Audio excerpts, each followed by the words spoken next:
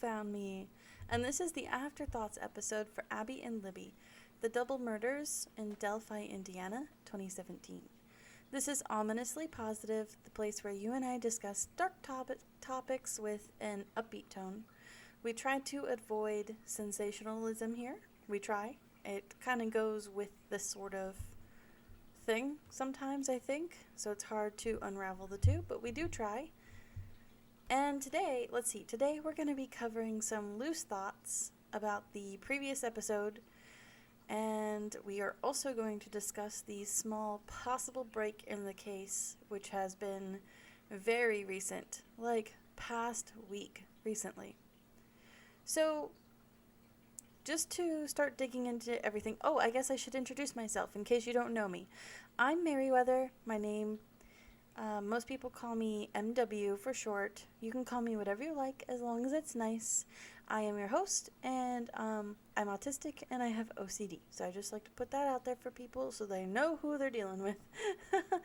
Anyways, I just want to thank you guys for the support on my last episode. I want to thank you for the support on my podcast and my vlogcast in general.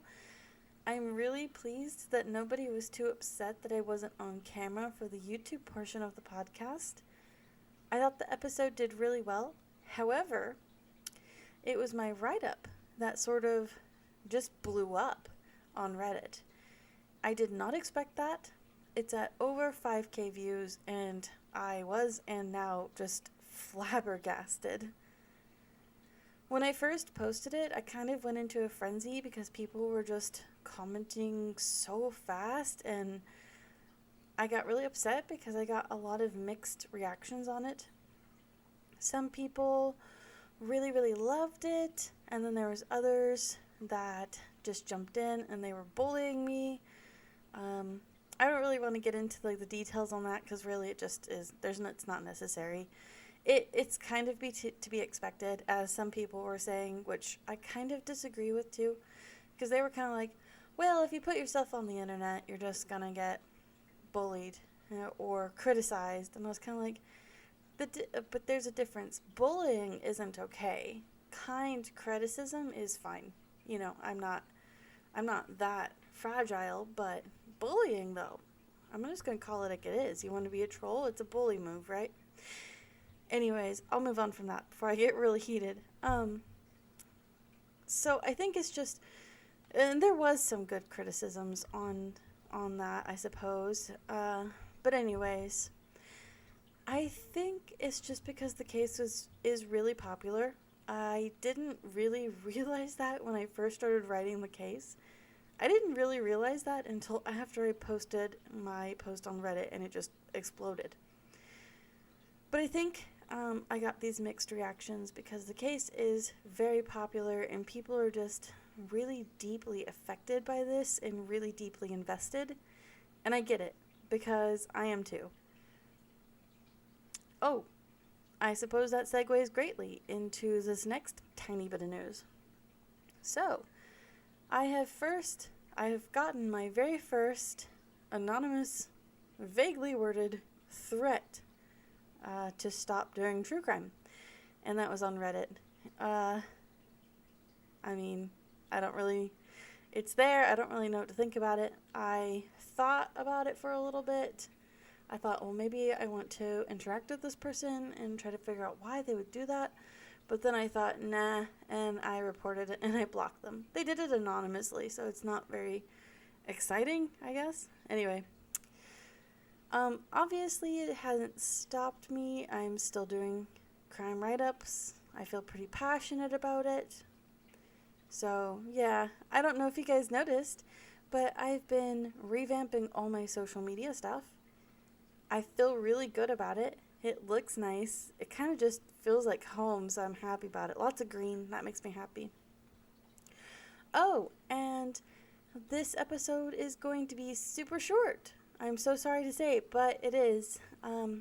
If I'm talking weird, and you want to know why the episode is going to be short, it's because I broke a tooth.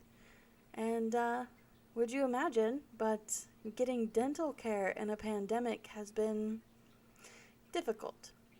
I am fine. just a little uncomfortable now at this point, and I am getting a dentist appointment.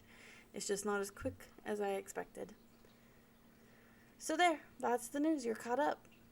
Now, there wasn't really anything new or insightful in the comments on my write-ups. There was a lot of support and a lot of general talking and talking about things we've already kind of covered. So I don't really have too much new to say there, except for one really cool comment. Now, please take this with a grain of salt and consider this downstairs info. And if you are a fellow neurodivergent, I will say downstairs or a grain of salt, it means it's info that's not verifiable. It's info that I got secondhand from an account of somebody that's not law enforcement, somebody that's not news, somebody like that, okay? So it would be considered downstairs info. That means don't, I'm trying to explain this as, like, blunt as I can.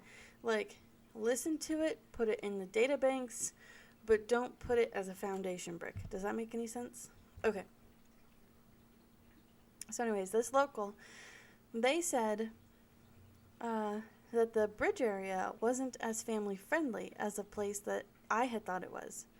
See, in my research, I had concluded that the trails were advertised as family friendly, and I honed in on that fact that the girls hung out there and it was normal because all the other kids did it too. I made a big deal about it because people were just pressed that they let Abby and Libby hike out there alone, and I really just wanted to defend them. Anyway, the local said that the trail was a place where teens would go, yes, but usually in groups, because under that bridge and around that bridge, that it attracted like an older teen crowd, an older young adult crowd that liked to just cause a lot of trouble back there. They partied, they drank. If you were nearby and you were alone, they might attack you and fight you for whatever reason. Hooligan reason, I guess. The commenter did say that this was years before the murder, so, I mean, I suppose the climate around that could have changed, but I do think that this was a very interesting comment, and it just doubled down on the interestingness, especially when I tell you the next piece of news. So the next piece of news is that within this week, a man named James Bryan Chadwell II was arrested in the nearby area of Delphi, or was it Delphi? I'll have to double check on this. He was arrested for a different crime, but that crime is so eerie that people are putting connections together that he might have had something to do with the Delphi murders of Abby and Libby. And the police said, yeah, this guy has been on our radar, and keep in mind this is vaguely worded as well, so you keep that with a grain of salt. This guy's been on our radar, and we are actively looking into him and any possible connections. So they have not named him a person of interest, as far as I know, and they have not named him a suspect, but they are kind of looking into him, so I think that's interesting. So I think we should go ahead and dig into this Chadwell guy just a little bit and then wrap up the episode.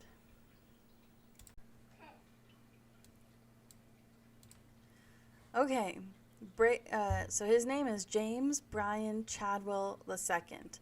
He's often just called Bryan by his friends and his family. He was arrested April 19th, 2021 at his home in Lafayette, Indiana. Basically, Chadwell lured a 9-year-old girl into his home under the pretense of petting his dogs. There, he violently attacked her and started to undress her after she was unconscious. Then he SA'd her and took her to the basement and locked her in there with a chained basement lock.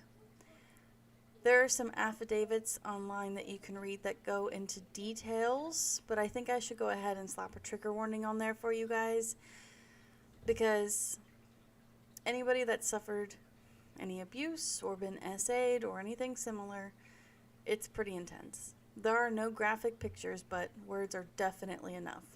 So I'm not really going to go into super details on all that stuff here because it's really just not the time or the place. But this girl barely escaped with her life, and it really was due to the quick thinking of her parents and the fast thinking law enforcement that she is still here and alive today. So thank you to the Blue, and thank you to her family. My heart is with her and her family, and I am very hopeful that she gets justice. I'm very hopeful that she can heal in peace and gets all the healing that she needs. So Chadwell is charged with attempted murder, that's my babes in the background, they're chattering. So Chadwell is charged with attempted murder, child molestation, attempted child molestation, kidnapping, criminal confinement, battery resulting in serious bodily injury, and strangulations. On top of all this, Chadwell was also filed under a habitual offender, which I think increases his sentence if he is found guilty. So, that's going to be interesting. I don't know how much it increases his sentence, but I think it adds on quite a few years, maybe. Anyways, I really don't want to overshadow what this girl went through, but supposedly investigators for Abby and Libby murders are looking into Chadwell to see if there are any links between him and the murders. Sorry, I'm distracted. But there's no word yet on any results or what they're really thinking with this. A lot of the wording has, as usual, been very vague.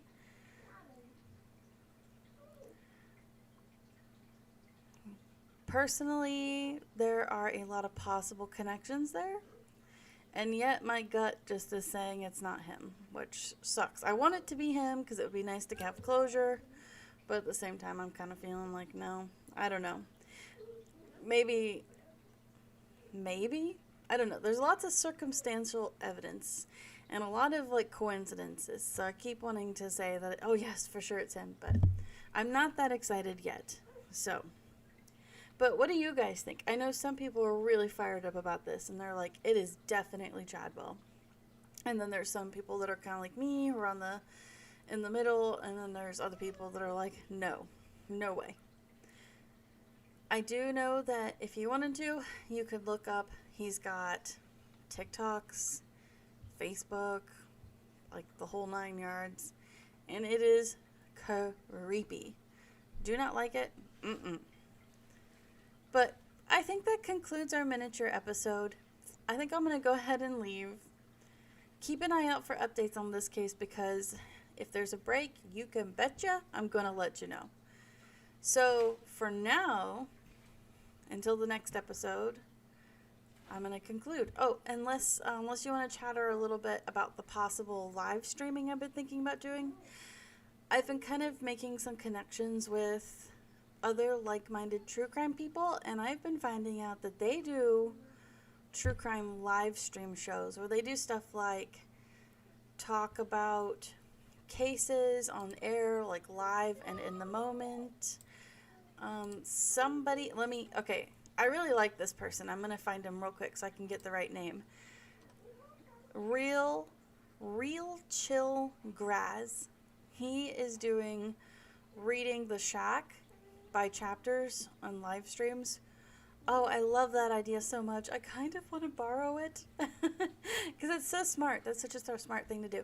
So the Shack was mentioned by Douglas Carter during the April press conference for the Delphi murders. And I've always wondered, why did he mention that book or movie? And I wanted to read it. So I thought it was really clever that he's reading it because it's keeping the story front and center in the news, media, keeping it going, and also just not like rehashing old theories over and over and over. So I thought that was a really good idea. So if you want to hear the Shack, go check out Real Grass Trill. Sorry, I love his channel, but his channel name is so hard to say. Real Chill Graz. There we go. I'll put his link below. Yeah, go check it out. I think he's a cool channel. He gets other people on there pretty often. Pretty neat. But yeah, I've just noticed that the true crime community, they go live all the time, and I find that really scary, but I kind of like the prospect of something new as well.